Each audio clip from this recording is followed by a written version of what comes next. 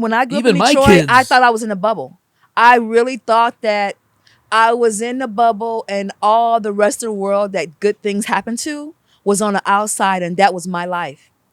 I didn't. You were in a bad bubble, you're saying? Yeah, Wow. yeah, and I felt like 'Cause on that's what TV happened to other people. That would never. Wow. That was never my life. I was not born that way And you- to have a good life. Knock him out the box, Rick. Knock him out, Rick. Knock him out the box. I want to get to like my favorite question. Who are you?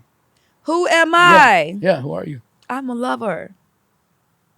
I am I'm a lover, an not a fighter. explorer, a traveler, an alchemist, a warrior. Was that the answer you was looking for? Yeah, no, it's whatever answer you want to give, actually. The way you answer that question tells me a lot, too. The fact that you answered it right away tells me a lot. Most people go, what do you mean by that? Mm-hmm. So, interesting. I do have a 4-page bio, Yeah. but well, tell us that side, too. I don't. Tell us that side, too. That Introduce gets yourself. that makes me. Introduce yourself for the listeners that don't Wow.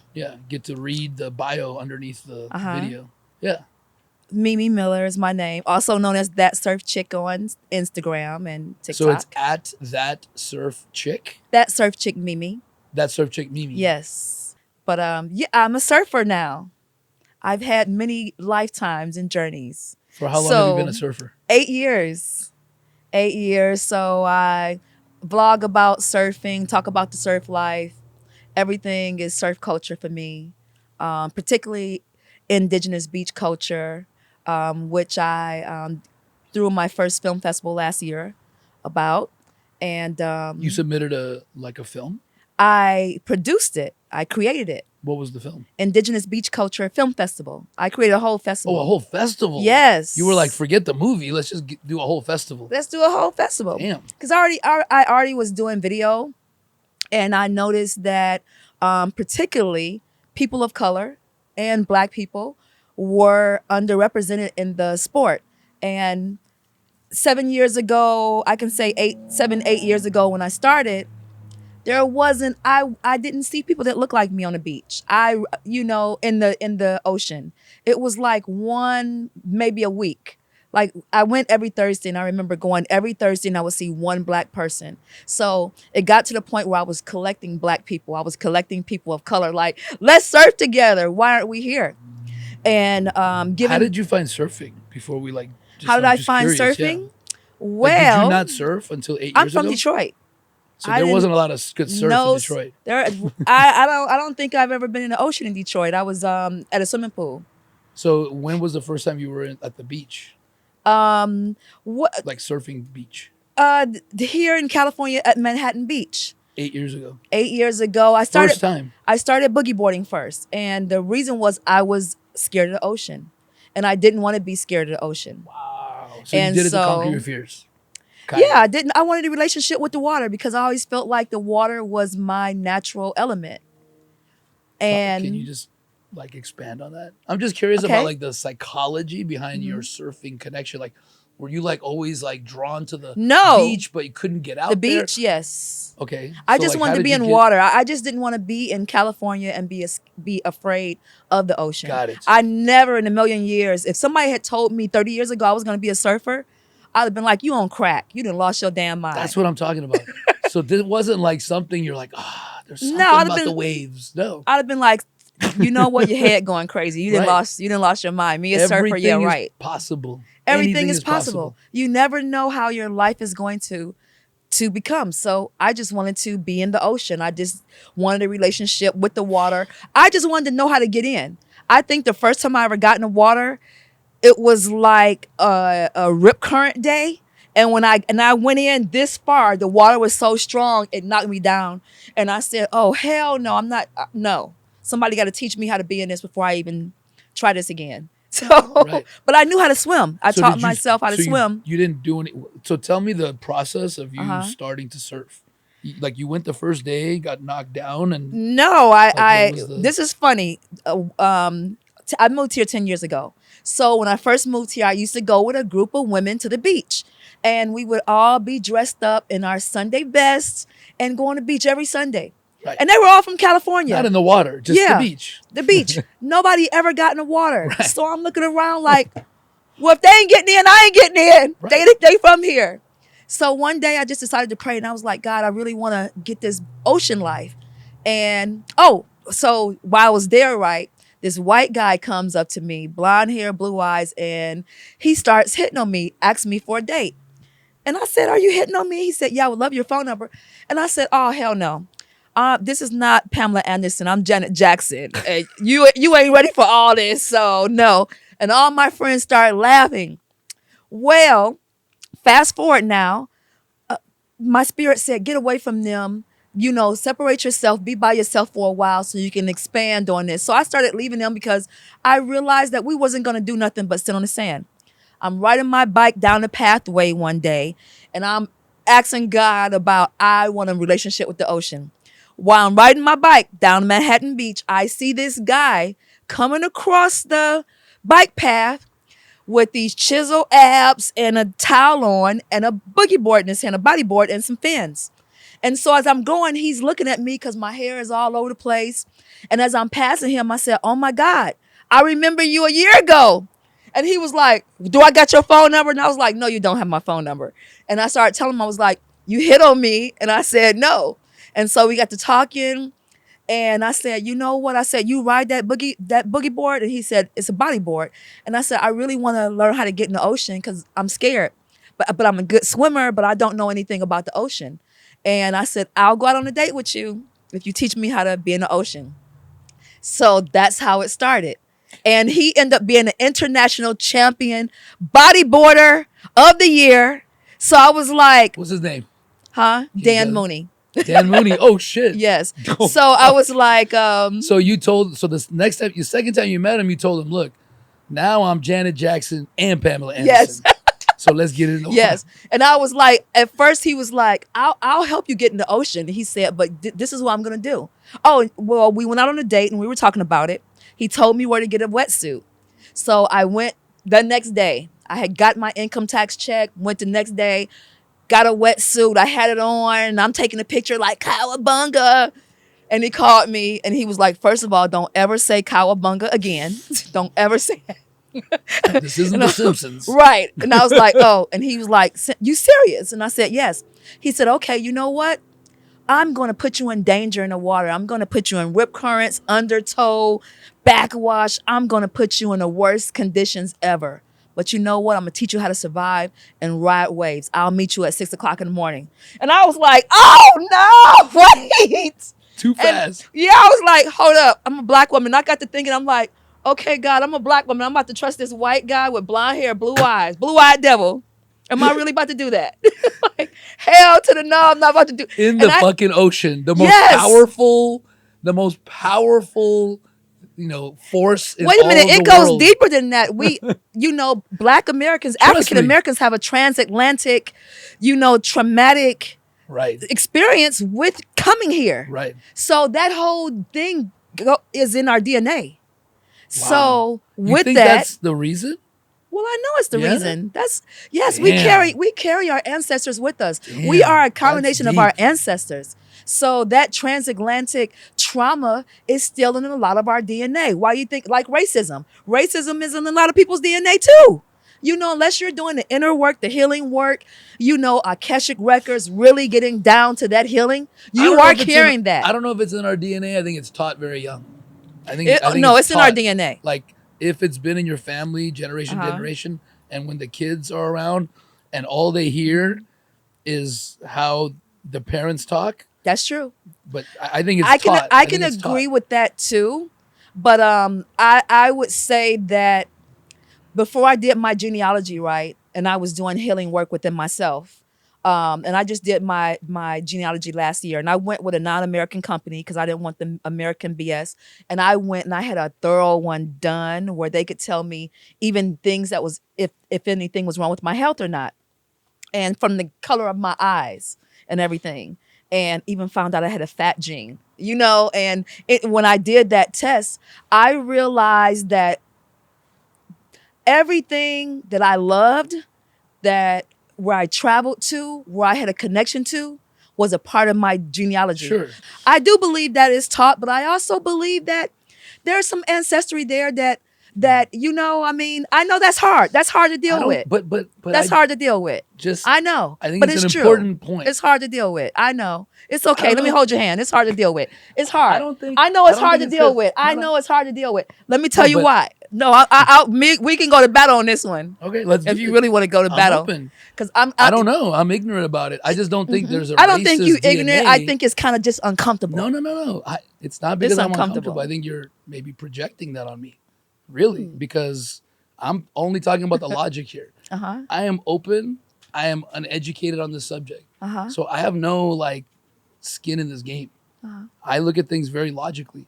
I just don't. I think it's. If it's not true, it's not a good concept because it makes it seem like it gives people an excuse to be racist almost. True. Because I think it's taught. I think you can have a fat gene. I think you could have a gene that makes you predisposed to diabetes, things like that. I don't think it's a gene that makes you racist. You might have a gene that makes you stubborn or something. Okay, I can see it from that perspective. But if, let's say you're a stubborn gene person and you're, dude, kids absorb from a very young age. Yeah. My kids, if I would have, from a very young age, I made sure I didn't have that upbringing because my parents come from the old country. So I know what could be taught. Yeah. I had to relearn a lot of shit. You know what I mean? What's old country? Soviet Union. Oh, wow. Yeah. Really? We came from the Soviet Union, like the Iron Curtain. I thought you... and we're Jewish, so it's a very anti-Semitic country. They would put something on your ID that said you're Jewish and you wouldn't be able to get a job. Yeah. So like we were persecuted, went through World War II, families were buried alive. Yeah. Like my family was buried alive, a lot of my grandma's family. So I know what that is, but I've learned to like let that go because I understand it's like the human condition. Like people are taught hatred, people are taught something, and that's part of the reason I'm doing the podcast. So you don't feel like you've had any healing work from that I have ancestry? In changing the stories I tell myself, because whatever somebody might have done to my family back then, at some point in their life, they were taught that by their parents or by society and we're very easily programmed. So like, I'm not giving them an excuse, but I'm saying, I know that, you know, we buy shit that we don't want because they know how to make us go buy it. Like, so when the shit, you know, when things aren't good and people are telling you something your whole life, you're going to start believing it. But I believe we can put out information that helps people relearn. So I think it's important to talk about it and to hear your perspective. I'm not saying I'm right. I'm just saying that's how I see that. Because I've also seen how people have relearned it when they open their mind and take their fingers out of their ears. Because when you really think about racism, it's ridiculous. Yeah. It really is. Like, we don't treat dogs differently because of their size, shape, fur color, any of that. And yet, why do we think it's okay to treat humans like that, especially when you know the history that we probably came from Pangea and just spread out. So what's really, Pangea? Like when we were one continent. Oh, you know, whether that's true or not, I do think we probably come from like one single source.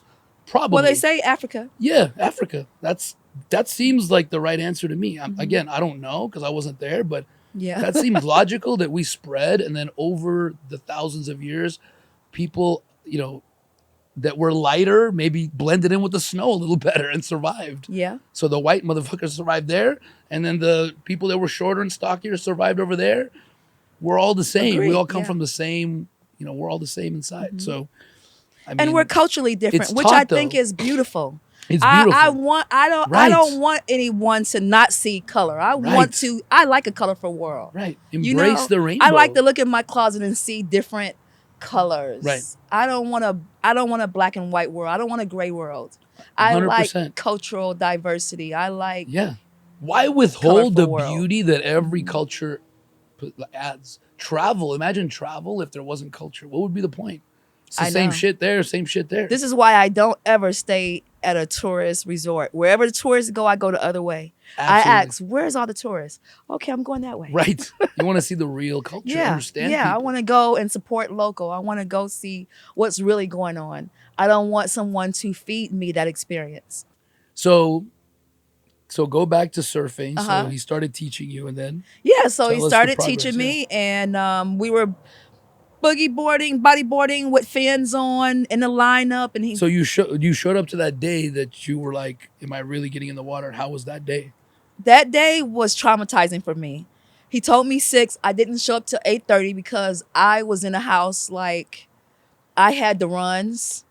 I mean, literally before I left the house, all the shit was gone. All of my shit. Oh, you cleansed. I cleansed. That was the day of cleansing. I was so nervous, and I was thinking, God, is this real? Am I supposed to go out here with this white man to the Right. ocean? So You know? in your book, that chapter is going to be called "The Day of Cleansing." Yes, yes. You showed up right. to that beach completely open, open, like emptied, ocean. Take me, empty. Yeah. do with me what you will. And the only reason I went was because of the way we met, because I prayed that day, because we were on the bike path. So I'm thinking bike path. I met him a year in advance. I wasn't ready. The women, we were sitting at the beach. Nothing happened. I replayed that in my brain like a million times before I went out that door. And that was the You reason trusted that I trusted that. That could have not worked out so well. Like, I trusted that. But hey, it worked. Yeah. You had a gut feeling though, I think. Yeah. Down too. Like from this person, you know. Did you know at this point that he was this famous international body surfer? No. Oh, okay. I mean, I met him on that bike path. So when and we talked, and we went to dinner. We went to a Thai vegan. We were both vegan. We went to my favorite vegan restaurant and had vegan food, and so we got to talk for a while. Yeah. Yeah. I kind of trust vegans a little bit more. Okay, let me ask you a question. Do you believe humans are omnivores or I believe we're all herbivores? different. I believe we're all different. What region we come from, and it works. Honestly, it works for my body. When I was in my 20s, my body was breaking down. I had cervical cancer. I had fibrocystic breast. I was 285 pounds, a 44 double D. I had bad skin. I had a lot of health problems. I had bad periods where I couldn't get out of bed and all kind of stuff. And a Japanese doctor told me the meat was killing me. Get off the meat. And once I started getting off the meat, when you're on a path, people will start coming into your life. So I started meeting, herbalists, colon hydrotherapists, just different people that helped me on my journey. So I went through the processed food stage. I went through every stage you can possibly think of to get here. And now in my 50s, I'm surfing. I'm hanging with mostly 20-year-olds. I have a lot of energy. Like you can't, my energy is what, like up here. It's like I'm above. My energy is so high. I like the feeling. How old are you, if you don't mind me 51. asking? 51. Yes, I wouldn't have asked, but 3 you said children 50. and 5 second-generation children. Wow. Yeah. I call them second generation because I don't say that G word. And I'm right there. I'm at that. I'm 47, Yeah. almost 48. You look young. I'm right there. Thank you. Yeah. But the energy level I have now versus even in my late 20s, because I was working a desk job and I gained a lot of weight and wasn't doing what I love. Yeah. It's, doing what you love, being in an environment that you thrive in, man, that's worth any amount of money. As long as you can survive, like. Yes. Yeah. And I wanted to be healthy because for me, meat just made me lethargic. I just couldn't focus. Cheese made me it was kryptonite. Right. If I ate any kind of dairy, I was out for the day. I just couldn't even live. I couldn't even think. It like my makes brain. sense because we're not made to really eat dairy, right? Like that's for a suckling child, right? To eat milk, and then you're supposed to be off of it. Same with meat. We're not probably meant to eat so much meat. Right. We don't have those lifestyles. I eat a lot less meat. We don't have those lifestyles of what they had. Yeah. We got cars. We ain't walking 50 miles a day. Yeah. When we were a caveman, we'd have like one good kill a week. Have a piece of meat, get some protein, and the rest you're foraging, right? Right. You're eating plants, you're eating berries, antioxidants. Yeah. You're not eating chips, you're not drinking sodas. And the food is so processed. Look, I'm not even skinny yet. I don't even eat meat, and I'm not a size 2 yet. I'm not a size 2. Okay, so get back to the surfing because I still want to understand how this became like part of your life and your mission and what your mission is and all of that. So we were bodyboarding one day in the water, and as we were going in, we were going in the water, and then 2 black guys with surfboards were coming out of the water. I never saw black people surf in my life. 30, 40 years. I started in my 40s, my mid 40s. Never seen not one black person till then had ever surfed. So when I saw them, I was like, what? Black people surf? Oh my God. So I took a picture with them, put it on my Facebook. One of my church friends, one of my spiritual center friends, said, hey, there's a black surfers group. I'm going to add you to the group. Wow. She added me to the group, and they were having a meetup that Sunday. So I went and saw all these black people with surfboards. They were giving free surf lessons.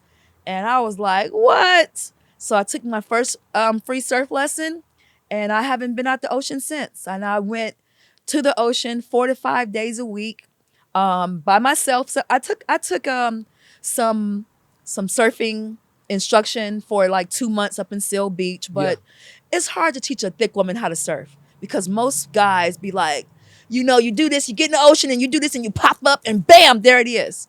So I had to learn. You needed to adjust to that. Yeah, I'm like, I got boobs, hips, but you know, how do I get this up? Plus my hair, like what's going on? So is there a different technique? Yes, it is. Tell us about the technique. Well, it's hard to explain the technique. Because I've only surfed a couple times in my life, and I love the analogy of surfing to life. Yeah. Because I feel like I've become a very skillful life surfer. You know, life is kind of like that's the ocean. right. Like opportunities and come, we and you should gotta be. Catch the wave. Yes. Don't sit back and just let the waves keep going by. That's right. And you're gonna have to crash a few times before you learn how to surf. Like great analogies, man. But yes, I love to get in the water too. Like actually get in the water more because it's so peaceful. It is. And you're out there, you're meditating. Depends Nobody on can what beach bother you go to. Every beach is not made the same. Right. Yeah. So what's the technique difference, and what beach should we go to? Well, you know what? I've Start. actually taught probably about 100 people by now how to surf. It's something that you have to show people to do. Okay. But I think my pop-ups are a little different where, you know, we're relying more on our legs than our upper body because most women don't have the upper body strength because we carry all our weight in our hips. So you get your feet under you first? Yeah. Is that how you do it? Yeah. You're getting your feet between first and relying on mostly your feet to 1 foot up, one knee, or two yes, feet? one knee up. And then just like using that power leg. So you got to really get your legs strong. Yeah, because I've not ever had upper body strength. I wasn't athletic my whole life. You know, I never got picked for a team, but I've always been active. So, you're such an inspiration, by the way, to like. Thank you. I'm sure to people in general, and especially women, and especially, you know, African American women that wouldn't maybe secretly always want to try and maybe are even like, why do I have that limitation on this? A lot on of this women, game? yes. You don't get to enjoy something that looks so much fun because it's so intimidating. And me you're starting in my mid 40s. Yeah. After children, 45. That's what I'm saying. After children. So there's no damn excuse, is what I'm saying, for like me not to do it. And the game is ticking away. I'm just saying, for me or anyone to do it. If you're called. Yeah. Because the ocean is if it calls me. All right, yeah, I like that. people come out there and they want to do, they see like, I want her personality, I want to do it, I want to go out there, and then that wave hit your ass, and they're like, oh shit, maybe not. Right. So it's rarely see a lot of women that surf all year round, because I surf year round, that's in that water. You have to be really called. It's like a ministry. So it has to be a part of your element, a part of something you want. But it's a very cleansing, healing place. Right. And you know, where time stops. And it forces you to be present. Right. Like a lot of us, especially if you're like an overachiever or something like that, it forces you to be present. You cannot think about the past, the future, nothing. And that's that one place that you just got to be present with, which you have no choice. It forces you to do that. And I needed that in my life so that I could, you know, be more balanced, you know. And it's cleansing too. You get the world off of you. You don't remember shit. You don't remember nothing nobody said. You know, people cuss you out. It doesn't fucking matter here. Because the ocean will always humble you. You think you all that until you get in that ocean and you're out there on some crazy day and you almost drown. You know, you underwater for 3 minutes and then you have to stay calm or you see that shark, You realize that, that life is precious. Puts Life it is in a perspective. gift. Yeah. And it just teaches you a whole different things. But it's a calling. Yeah, it's a calling. Yeah, it's a So calling. to It's a that point, ministry. exactly. And I want to say that, like, it's all about being in the moment. If you want fulfillment, Yeah. the only way to get that is by doing what you love.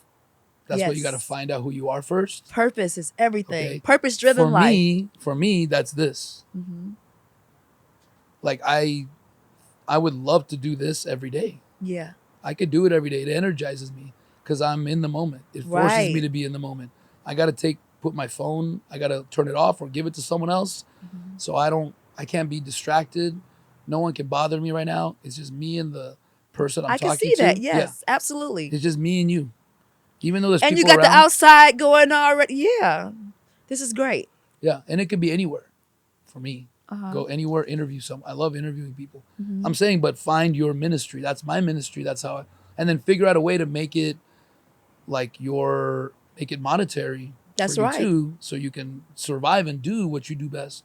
I've been self-employed 30 years. I only do what I love. Yeah. What do you do? What's your Surf. business? What's the business though? You said 30 years you've been Uh-huh. self-employed. Well, I started off being a hairstylist, raising 3 kids because Yeah. having 3 kids, I kept getting fired from jobs. But that wasn't your passion, hairstyling, or it No, was? I actually I don't know if it was my passion. I didn't think I could make money from it. So I was like doing people's hair on my block, braiding hair on the porch since I was 9 years old. I grew up in a very rough neighborhood where you had to fight. And so I fought a lot, but I wanted a different relationship with people. Like so, fist fight? Yeah, fight. Yeah, me Like too. fight. Tell me about that. Yeah. That's interesting. I mean, We want the if good people stuff. think you cute, Right. they're gonna come after you. Right. And you better. And I got my ass kicked one time in 3rd grade. And the only reason I never forgot that to this day. I think I got to heal from that. Got some resentment for Jacqueline Smith, whatever her name was. But you know what? I grew up in a abusive, hurt family too, with drug addict, alcoholics. I saw it all in my neighborhood. You get to choose how you want to live that life and what you. I've not ever hurt people. I don't do mean things to people. I don't live my life like that. So just because you see it, don't mean you got to be it. It got to be something in you that wants to want to be different. I love that. But I'm only saying the other side for people that are doing it, or for people that have been done to Yeah. empathize, and don't waste too much energy on that person. Just know they're hurt. Don't take it personally that they try to fuck with you. Like, solve the situation, defend yourself, walk away, whatever you need to do, but don't carry it with you. Right. Because if someone fucked you up, they're fucked up. Trust True. me. You don't need to go figure it out or even help them if you can't. That's true. That's not your job. Just know, don't take their hurt for you. And Yes. to your point, don't use it as an excuse either. It's your game, Mimi. That's the key. You have to play like a one-player game because ain't nobody really there for you, guaranteed. So you got to take control of your life and not let other people control it either. Yes. And teach people how to treat you. Right. Yeah. Exactly, man. No, seriously, the boundaries are the key. At the end of the day, it is your responsibility. Because, like, That's right. I was talking to someone this morning and I reminded that person, we won't say who, that it's your responsibility, dude. I get all the things that person did.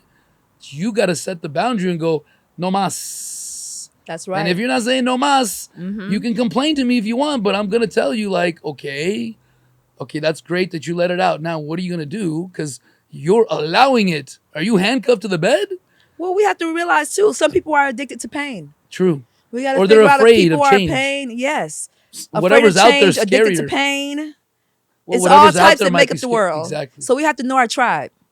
Like I'm addicted to pleasure. You But- can't get me with pain. True. If you try to push me to pain, you don't exist in my life anymore. But I'm a pleasure person. I like pleasure. Right. But the right kind, not all kind of pleasure. Sure. There's levels to that. Exactly. I don't want to say that. But the key is, again, finding yourself. I've seen your Instagram. I don't know. That's right. You Big on a James, different level. beware. I don't know. You a Adult little, content warning. It does come back to first knowing yourself yes. before you even join the tribe. Yes. This is very important because a lot of people go, oh, let me just join a tribe and they'll fix it for me. No, they're not. Exactly. Because We're it not might be here the to wrong fix damn you. tribe. Figure out what you want for yourself. Got to do the inner work. Yeah. Got to do the inner work. As long Right. as you're growing every year, Right. by the time Every you day. get our age, it's going to get better. But we're always healing from stuff. Because the Always. world is always trying to inundate us with stuff, people's fears projecting. And like you said, you know, people try to latch on. They be like, oh, this is who I want to be, but they ain't done the work yet. Right. So they're projecting all their shit. And, you know, I've gotten to the point where, you know, this year I am sensitive to people's shit. You know, I'm not here to heal the world. I did have a phase where I was more of a healer. I feel a song coming out of that. I'm not here to heal the world. to heal the world. So fuck all you people. Just playing. Get your shit together. Get your shit together. It's not my job. It's not my oh, that's a Hey. get your shit together. It's not my job. I've been saying that. It's not. And by the way, when I'm sitting on a pile of money, I'm glad to come down and start like organizations and committees to help my people climb the rope too. But I can't have people hanging on my back when I'm climbing the damn mountain too. If you've done some growth work, Right. you just can't help everybody because they got to already know how to keep it going and pass it to the next generation. So we all are responsible for ourselves. own inner work. Absolutely. You know? And then build from there. And I get that because at me being surfing in my 50s, and especially at this age where women are going through menopause, I'm at that special age where people have a lot of midlife crises. And I know you know too, being in his 40s. People are crazy. I like to call people it are midlife crazy. Realizations. Yes. Midlife evolvement. Yeah. And midlife awakening like shit. Yes. This game is ticking down. Yes. I need to do what I like. So, you know, in our age range, people crazy. Yeah. They go through some hormonal If stuff. you can afford the Ferrari, go for it, baby. Yes. I'm all for they it, go man. through some stuff. And so, you know, I meet women sometimes who, you know, they're like, help me. And I'm like, honey, if you ain't figured it out, get you a book. We got therapists now. We got Oprah. We got YouTube. Do your work. I can't do that work for you. But we can bond together together. But you can inspire people through your story, through your openness, through your own like struggles. And I do. Sharing. And that's what you're doing. And I do. And I do. And I do. Where I'm comfortable with doing. Right. You know, I'm not here to just share every damn thing. In private, if I feel called to do it, then I will. Right. But you know, some people just want to hear all your shit. No. Yeah, I like to inspire. So my thing is like helping people figure out who they are through other people's stories. Yeah. So like my questions often are leading toward how you figured out who you are. Seriously, like the journey, like coming up and, you know, tough times, fighting. Yes. I fought a lot too. So I'm not trying to get like dirt on you. You got to tell me one of your fights. Why was you fighting? I had hundreds of fights in my life. Hundreds. I talk about this. So I talk about this on the show. So I don't want to like bore people, but for your benefit, I have to tell you again. No, I don't mind talking about it. You can ask me whatever you want, even on camera, off camera. You know, I was taught to have a chip on my shoulder. That's the bottom line. That's the short of it. Were you the bully or getting bullied? I was a bully stopper, but also because of my attitude, somewhat of a bully because I just was too sensitive. What'd you say? And because I had the Jew thing, my dad was extremely sensitive to anti-Semitic remarks. He grew up fighting in Russia because we were persecuted there and our families were murdered, you know, by Hitler's regime. Like, again, I don't take that with me, but that is his reality in his head. He taught me. He was a professional athlete, hot-headed motherfucker, badass Godfather type motherfucker, entrepreneur, but hot-headed as fuck. We got the same family members. My dad. Yeah. Look, we got the same. 77. He still fucking elbowed somebody at the airport the other year. Like, bro, like doubled him over. Security came. He's like, I don't know. And he said, don't worry. I hit him in the stomach. Nobody know. This guy, man. That's like, freaking hilarious. It's hilarious, but it's like, dude, he's the very intelligent, but not the most emotionally intelligent. I mean, come on. Look at the world we live in, though. He grew up in crazy-ass times. You fight or get your ass kicked. But the point is, I like raised people like that. Yeah. You know, that doesn't mean that you're not a good person because you stand up for yourself. He's the most generous. Let me tell you, California, this place called Hollywood, People will smile in your face and be doing the most shit behind the scenes. So Right. a little bit of that still has to relate to this world too. Like believe me. I ain't lose everything. I'm a good person. I don't claim to be that nice all the time, but I'm a good person. I would never cheat, steal, deceive anybody, manipulate. I don't do those things. However, don't you don't start nothing, won't be nothing.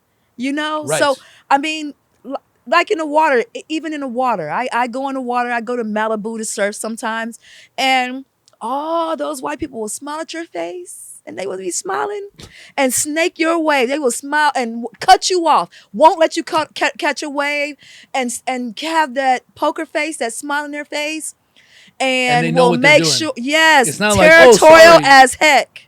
So That's what I'm saying. I don't really, I ain't mad at your dad at 70, 80 years old. I ain't mad at him. Hey, my dad is the most A little nudge would be loyal- okay. Yeah, Little he's nudge. the most loyal, generous person ever. Little It nudge. comes with- but Like it you comes with said, a price. I just nudge him in his yeah. stomach, let him know I'm Yeah. there. Oh yeah. He definitely let him know. I like your dad. Yeah, you guys would like Your each other. daddy sound cool. He's got stories. I gotta get him on here, man. He actually listens, so he'll probably watch this, even though he's like, he Yeah. doesn't like me smoking. Like, I mean, am I aggro? Am I aggro? Not at all. I'm not aggressive. I don't look for nothing. I meditate every day. I live a spiritual life. right. But you know what I mean? But People but we from the people see streets. that. We're we from the streets. No, we are. I am too, Yes. by the way. Like, Yeah, and I don't even look like I'm from the streets. right.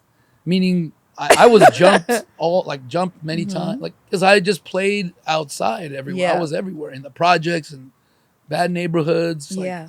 there were no limits. My parents Yes. didn't even know that I was getting myself. You know what into I shit. find too? I find the most violent people never went through anything.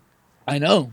Never went through anything. Right. They just create drama. Yeah. Because they've never had to do anything. Right. I'm like, go jump off a cliff, bungee jump, Right. adventure. Go save the kids. Go save the children who's trafficked in Taiwan or something. Why is you over here bothering somebody smiling? What you mad at me for? Right. Go do something with some pedophiles. You Right. know, go kick their ass. Right. That's when you're gonna really show me that you're a tough guy or a Right. tough chick. Let me see that, cause you over here, you're gonna get stumped. Well, I think, So, but it's honestly, I always think it's the 'cause- ones that never go through anything. Because us that right. have, they didn't find we're much themselves. humbler. Right. We much more balanced. We have a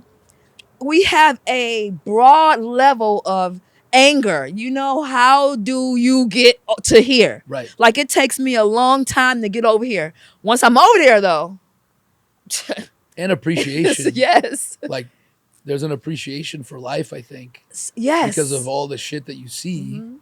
You know what I mean? And that's why I like That's hearing right. people's stories, because it gives me more appreciation when I hear their struggles and whatever they've been through. And Yeah. it's that connectiveness that happens, but also gives you that perspective, that appreciation for It what you does. have. Like, damn, when you've been in a bubble, it's easy to that kinda- bubble. A lot of kids are in a bubble now, and it's becoming a problem. I grew up, when I grew Even up my in Detroit, kids. I thought I was in a bubble. I really thought that I was in the bubble and all the rest of the world that good things happened to was on the outside, and that was my life.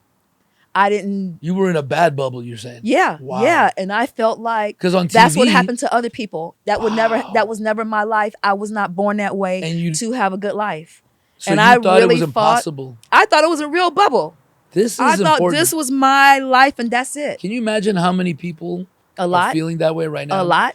How many percentage of people? I have a percentage in my head. I'll share. What percentage of people have, let's say, emotionally unintelligent parents and environment, and never really figure out who they are? 65% at least. I'm At going to say least. 65. Yeah. My number 80, Yeah. because I was also. I didn't want to go. I wanted to have some hope. 80, but 20. We can change it though, because now with internet and all these stories and Right. podcasts, like people are starting to. It's hard to change when you're a little older, when you're down the path. That's why it's so inspirational that you can even do it after kids. Don't go, oh well, I can't do it. I can't Yeah. surf now. Yes, you can. Yes, you You can. can do whatever the fuck you want. You can Really, do whatever you you don't want. have to though. I'm not saying Yes. everyone has to follow their like whimsical dreams. I'm saying if you want to have a more fulfilled experience in this life Yes. and in this country, we have that option. A lot of other environments, you don't even have the choice. You Yeah. lucky to get some fucking bread on the table. Exactly. So that's a different thing. I'm not preaching to that group. That's a different advice I'd give them. Yes. There you got to learn to fight. Right. Here, go fucking try everything. Yes. Everything has money behind it here. Everything's $1 billion industry. Exactly. You're just holding yourself back. And I'm just trying to make that 80% like the other way. If we can do 80-20 the other way, we would be a much people better wouldn't society, flip me off a as much much. better People population. wouldn't say fuck you as much. People Right. wouldn't kick their dogs as much. People wouldn't be violent because the Exactly. violence comes from hating themselves and figuring out how to make themselves feel better by putting someone else down, calling Yeah. them names, doing something. You know, I understand when they call me a name now. That's why I got in a lot of fights, by the way, for the Jew thing. I'd be playing video games and because I just made it up in my head. That's what my dad said. I gotta be a man. If I'm a real man, I fucking stand up for my shit every time, even if I'm scared out of my mind, even if I'm about to get my ass beat. We got beaten by 20 bouncers one time because I had to fucking stand up with my friend that probably did something he shouldn't have done. But hey, you know, I'm there for you, brother. Let's get our asses, let's get our heads kicked in real quick so I can show you what a great friend I am. Wow. You know what I'm saying? Like I had some rough. stories. Really rough, man. Really rough. Like, yeah. Life taught me that my experience here is much better. I've changed all my perspective on taking things personally. And if someone does say something about me, it's like, that's on them. Like Yeah. I would let somebody ruin my day at a drop of a hat. Yeah. Right? I talk about this, how a lot of guys are like this and I know them. That's why I talk about it, because you don't have to prove yourself. That's right. I thought I had to prove myself. If not, I couldn't live with myself. I'd be depressed for 3 months if I backed down from a fight. The best way to prove yourself is to be happy. Yeah. I learned that a long time ago. Right. You know, All not that to pride not stuff to is let made that up. energy have power. And the Right. best way to take your control back is to live a healthy, healed life That's very true. and to be happy. Mhm. I make a lot of people bad just by being happy. But attaining happiness is It's revolutionary. right. But attaining happiness is elusive because Yes. just saying it doesn't bring it. Yes. It's kind of like Well, I kind of want to say lifetime joy. journey. Then. Joy. Because Having happiness joy, having can a be joyous attitude. fleeting. You're right. But joy. I True. wanted to say joy instead, actually. Yeah. But I think knowing yourself and continuously guiding yourself toward your own truth, whatever you really want to do, like surfing. Yes. You know what I mean? So what do you, like, how has surfing become this, like, movement? Seems like it's like a movement. And It can you kinda tell me about it? is. Like, what's kind of the why behind what you're doing? Just to represent a culture of Black and brown people that haven't necessarily be seen, because I mean, of course, we know it's a dominant white sport. 90% is white, Right. and in that, I mean, I would say more than half of the culture is not used to seeing other people, and they have an entitlement with seeing people out in the water. So that alone, just being in the water alone as a, woman of color is just a movement in itself, just to have representation out there. I see that. And given that history of the transatlantic slave trade and really a lot of like historical things with water, coming to this country and not having the leisure access until the mid-70s to even be in a pool, Right. to even be at a country club to swim, or even at the beach. Like in Venice Beach, Black folks couldn't even be on the sand until 1973, Really? Till 1973 and 1974. You kidding? You could be on the boardwalk, but you could not even be on the sand, not here. And the only beach where you could even get in the water was in Santa Monica at the Inkwell. And there was times when you could do that. So it got Don't get caught when the street lights come on, though. You can't be outside at sundown. So it almost got sterilized out of the culture artificially. well, this it's not like this was it. This was what America was up until the mid 70s. Because there's a stereotype Yeah. because of that. Yes. That black people don't want to go to the beach. Right. But that may have just been artificially the first surfers were conditioned. Polynesian and Melanesian, Exactly, that's were what I'm people of saying. color. Right. And they had surfers out in Ghana and Peru. Damn. I mean, if you're a coastal person and you're a coastal person, you grew up in the water, you had to catch fish. So if you think about all the coastal places around the world, majority are black and brown people who don't need sunscreen. Right. But this access, I mean, segregation, even though segregation was over in the 60s, it wasn't really over until like the mid 70s. Right. You it know? hasn't really been that long. Yeah. People. I was born in 70. This is Right. 73. Right. It was 73. I was born in segregation, 73.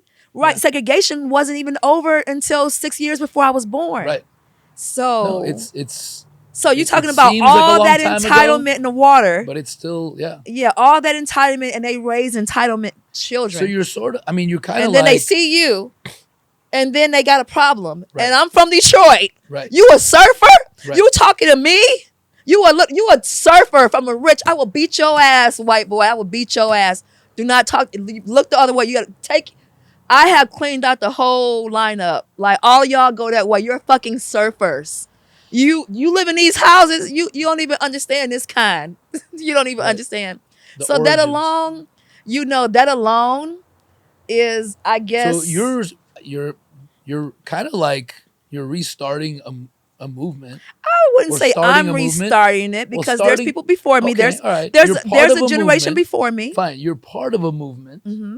right? That's kind of like showing what's possible Yeah. by doing, Yeah. and then it's gonna rebalance the Yes. the representation in Yeah. surfing. Like, Yeah. for example, Formula One racing.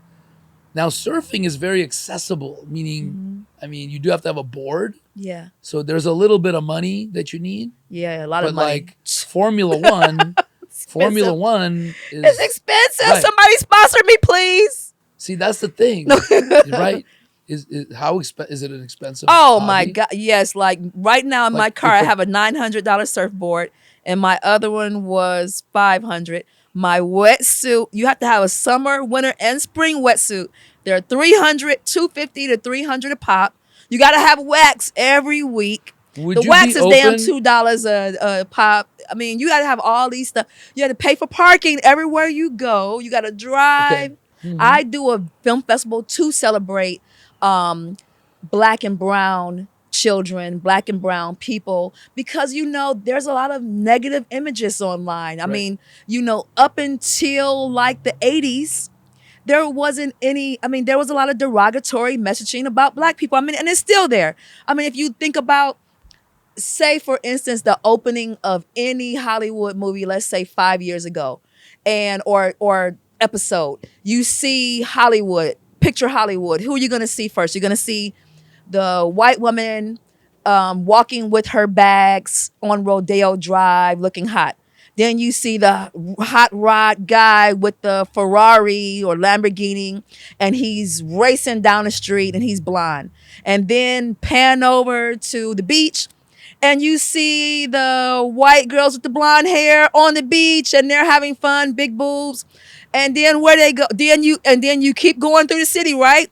You going downtown, you see the lowrider rides, you see the Latinos and the lowrider, and then they pan to basketball black folks. And then you see the girls might be,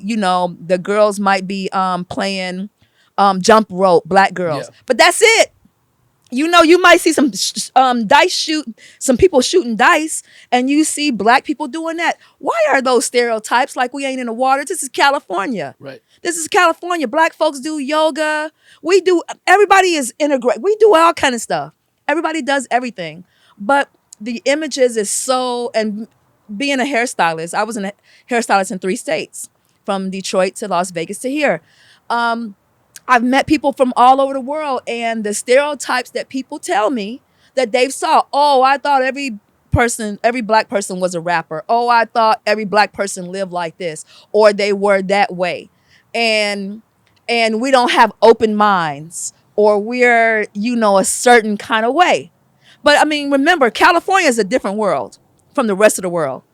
people outside of California have very limited views. Of course. You They're know, not as diverse. yes, LA is very we diverse. are a melting pot. You know, we can and go by the way, to your point, we are easily programmed. So I totally Yes. understand the fact that if something is being shown over and over and over because they think that's what just works and that's what Yes. gets the most viewers, that is what's going to be programmed into people's heads. So if you are a person of color, you're just automatically not, it's like a vision board. Yes. It's like they don't get to have that on their vision board because they don't, whereas white kids see all these examples on their brain on TV. It's the ultimate moving vision board. Wow, I could be that stockbroker. Absolutely. I could be that millionaire guy, right? Absolutely. And so, but I want to say this and ask you this. Are you feeling the huge wave, not to use that analogy, forming? that's a good Right? analogy. Yes, I am. I know where you're going. Where diversity is fucking key Yes. in every way. Branding, Yes, movies, absolutely. films, movie parts, directors, film producers. You know, I'm in the film production business. Hey, it's like, And hey, you know what why? I've Because heard? of podcasts, Yes. because of social media. Right. Because before then, Yes. they It's controlled exposed. it. It's exposed. They're not controlling it. They're not controlling The it no people are more. The controlling people it. have spoken. We're making content. We are, and we're seeing. We're like, Yeah. you here? Oh see my God, this- you do it. Hey, you see a I didn't guy know from nobody the was hood like me. with the neck Yes. tattoo that Yes. blows up with the fucking cranberry juice. Right. And brands are like, oh shit, we need to Yes. hop on this fucking train. People want to see the They real. don't care about actors, and we don't never wanna see cared it. about them. It's just we were force fed Of course, that. you have 3 fucking major channels. And this is why we have micro ABC, influencers CBS, and Fox, influencers. and whatever show they put, you watch that shit. That's right. It don't matter. You ain't got no choice. Yep. Now, Now we too create many our fucking own. choices, baby. You better get with the Yes. times, right? The networks got to get with the times because they're like, hey, They're that's not getting going to more do play. it. This is it. This is it. It's over. They have to completely change It's over. what It's they're different. doing We're to all social melting media. now. We're all Nobody who's mixing watching now. watching TV unless we're doing this. Exactly. And then we have low attention spans. Right. Yeah. Me. So what's next for you? What you gonna do next? Who you know what? Who knows? I'm always open to life. Maybe surfing has been Let's figure it out. amazing, passionate for the last 8 years. Yeah. You know, like I said, the Indigenous Beach Culture Film Festival. Who knows what 60 will be like? I'm just gonna keep growing, keep expanding, keep healing, keep loving, and I'm open to completely transforming and being a whole different person then too. So I don't know. That's the beauty of this life. We can literally be totally transformed You make up and the rules. different. We get You to make make up up the the rules. You know, Swear we to God. get to make You the do. rules. If you don't agree with that, that's just you deciding not to agree That's with right. that. Someone told you that that's not true. Because if You somebody decide. would have, you know what? I got these You dolphins. decide what religion to follow. You decide. Yes. And by the way, you know how many religions are out there? Millions. 8 billion. Yes. Every Wow. single person got their That's own true. custom religion. Well, I believe in this, but don't eat that. But this part I kind of like. And I thought This I part's was okay, gonna 'cause I be kinda like a it, devout in the Christian when ass. I was growing or up. whatever. You know what I'm saying? Yes. I like a little anal, so that part I kind of just ignore in the Bible or whatever the fuck Right. it is. I'm just saying, it's like everyone comes up with their own custom religion. That's right. You're coming up with your own rules. Yes. You don't know you are, but you are. The problem is most people's self-inflicted rules are other people's rules. It's what you've been taught. You're a bad Indoctrinated. person. You need to be a doctor. What's wrong with you? Yes. They don't understand you, and then you think you're bad. Yeah. But really, when you wake up truly and look at who you really are, what you really like, what did you like as a kid? That's a clue. You know, I always talked a lot. Yeah. I always would bring the neighborhood together to play these crazy ass neighborhood games like bicycle polo with a basketball That sounds in the cool. traffic.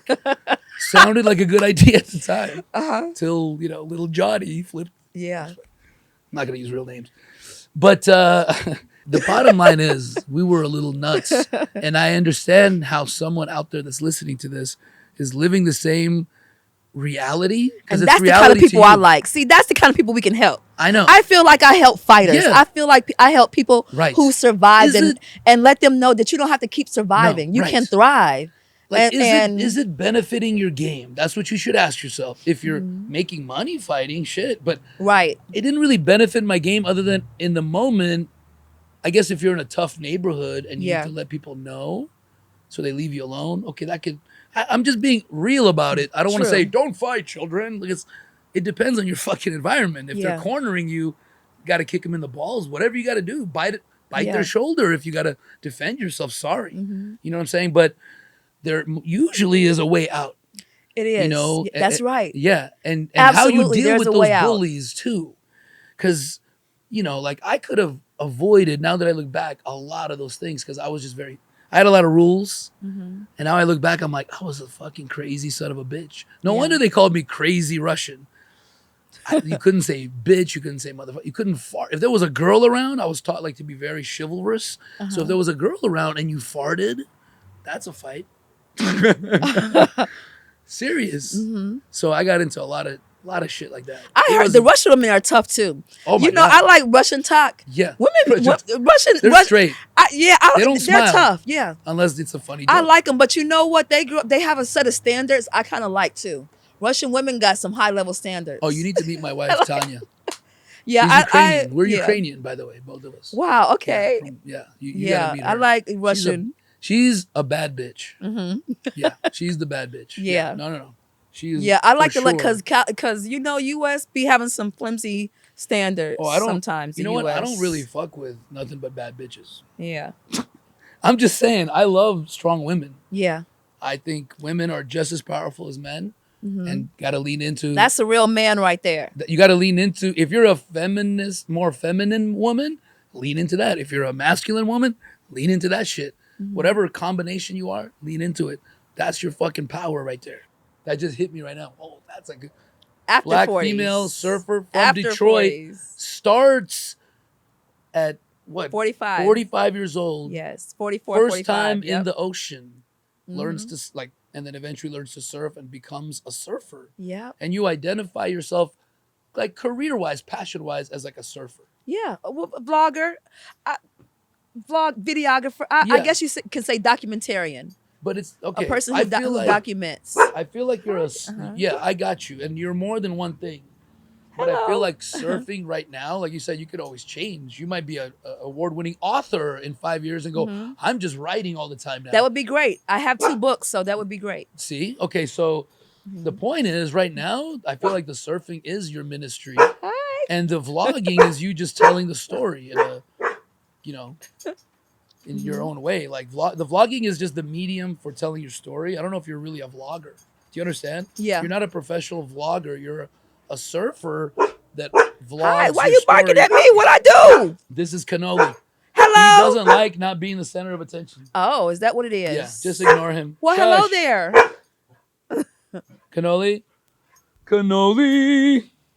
Let's do this. I think we'll wrap, but I want to ask you, like, is there anything else you want to say or talk about or ask me? And 2-part question, maybe 3, maybe more. Mhm. What is your best advice to people trying to figure out who the hell they are? Oh, Yeah. I like that best advice to figuring out Hit who me. the hell you are. Yeah. Doing the inner work. We have so many self-help books. Like, Choose one. Be specific Mm-hmm. in your advice if you can. Like, is there a book? Like, is there one book you'd recommend or one thing you'd say, here's the first step, go Uh-huh. read that, or go check out this person's Instagram? Or is there anything like specific instead of just, hey, go read self-help books? Because some Mm-hmm. self-help books could be bad for your health. That's true. Well, I'll talk about one in particular that I like. Yeah. And a lot of people probably know who Okay. this is. And it's because I read this book back in my 20s. Talk to me. And it was Awaken the Giant Within. Ooh. How to take immediate control Is that of Tony your... Robbins? Yes, it is. Because I went to Tony Robbins' 4-day seminar. Mhm. I recommend it. Yes, I did too. He actually invited me. He DM'd Shout- me on Instagram. He Get actually outta did here. and paid for my trip. What the? And I went shout to out New Tony York. Robbins. Hey, I I went went to to New York that free. seminar a few Yeah. years ago, but man, like 10,000 people Right. at the same He's time. been doing this for so long. I like him. Together. It's a party Yes. too. It's Yeah. a vibe. I It's a tribal firewalked. dance. Did you firewalk? Firewalk. I firewalked. Yeah, all of that Yeah. shit. I don't. It's kind of I good. ain't down with that cold ass room though. He likes it cold in I his like it seminars. cold. I like to keep it chilly, so I'm like I'm moving. Caribbean blood. That wasn't. You like That was the warm, only thing. tropical. Yes. But Let's do a Awaken tropical version. Yes, Awaken the Giant Within really changed my life when I was 24 years old because I had 3 children at 22. I got divorced at 24. You got it out of the way quick, Yes, I became homeless and I was in a shelter. Whoa, tell us about. And Come on. I was in a shelter. Don't and it was just wait. It was a bookstore. Wait. You can't just go. Oh, and I was homeless. And what? Uh-huh. What do you mean you were I homeless? mean, no big deal. It was the crack era. Yeah. And my ex-husband was on drugs, and one day you're married with children and having 2 cars in the garage and a home, and then the next time you look you're homeless. You know, you can't afford. I mean, my youngest was like 4 weeks old, so I was breastfeeding. I had a 1 and a 2-year-old because they were all like back to back to back, a year and a half apart. So I really couldn't work. You know, I had mine a year and a half apart too, all of them. So I understand the 3 kids. That third one, kicks your ass. Am I right? Yeah, the third one, yeah. Even when you got 2 parents, and I'm just saying, man, that put a lot of stress. Yeah, you got 3? I got 4 now. Wow. I had another one. I didn't learn my lesson. I started a new batch. Woo, that 4 is like, I know, because 3. But the first 3 are 14 and up, so I did my work. That's good. I put a lot of work. That's and good. So they're so awesome, and I think, and they're not perfect, but they're responsible. What kids are perfect? Ain't nobody. No. I be telling my kids, I'm like, you wasn't perfect, right? Of course not. They be trying to That's tell me not stuff about myself. I'm like, you wasn't perfect right. either. It's not about being Do you perfect. remember when you stole that? Do you remember when you read what? You wasn't now you wasn't perfect now. It's not about being perfect. It's not about being perfect. It's about being happy. You said That's right. No, I'm serious. Yes. My goal with my kids was always, okay, I need to get them ready because they're gonna want to fly this nest. It's not my life, it's their life. It's their life. Right. So I always treated them like little adults. Even when they're babies, I'm like, that's a little adult right there. Yeah. They don't understand, so I have to be like goo goo gaga, but I respect that that's its own person. I'm putting whatever they see me do, I'm trying to be calm. I'm trying to work on myself. Yes. Oh, I'm always working on myself because I know I've improved every year with my kids and they've seen it because they also see me go through the divorce. Yes. And get my shit together. So they're like, Dad, you were so fucked up before. Mine too. Yeah. You know, they're like, you were my kids say, they've been on the show. So, Dad, remember you were like a fat, pasty white, like frumpy dude and depressed. Like you were like not the way you are now. The energy. They remember. They saw the transformation, which is it was so beneficial for them. You don't have to be perfect. That's what's great. I had to change every single pattern. Did you learn that from this? Because that's a self-help teaching that I learned too. Like recreating your habits. That might have been in the book. No, I don't. Or did you figure that out? You know what? I think what Tony Robbins does in his book is he makes you figure out your own shit. Yeah. He doesn't tell you what to do. If you have patterns, you might just be doing shit. I think that's what he said. He brought the awareness of patterns. Right. Because that's why I like Awaken the Giant Within, that specific book, because he does hi. He's very anxious. Oh, okay. Like he's a rescue and yeah. And that's why he's nervous. That's why. Homeless and they found him in a junkyard. He's not sure about new people. He's like a feral kind of, and he's very very unsure. Oh, but he's a lover boy, man. Yeah. Like, he wants to play. Because he sniffed my leg, but scared. he just just ignore him till he gets really comfortable, and then he'll maybe just put your hand down, let him sniff it. But Cannoli, you wrapping this up, Cannoli? Is that what you're trying to do? He wants to take a walk. Mimi, this has been amazing. I'm like very curious and excited to follow your journey and see where this Mimi wave goes. Oh wait, get it. Oh, get give me it. that. Oh, back. 2 waves simultaneous with the leg. Knock him out the box, Rick. Knock him out, Rick. Knock him out the box.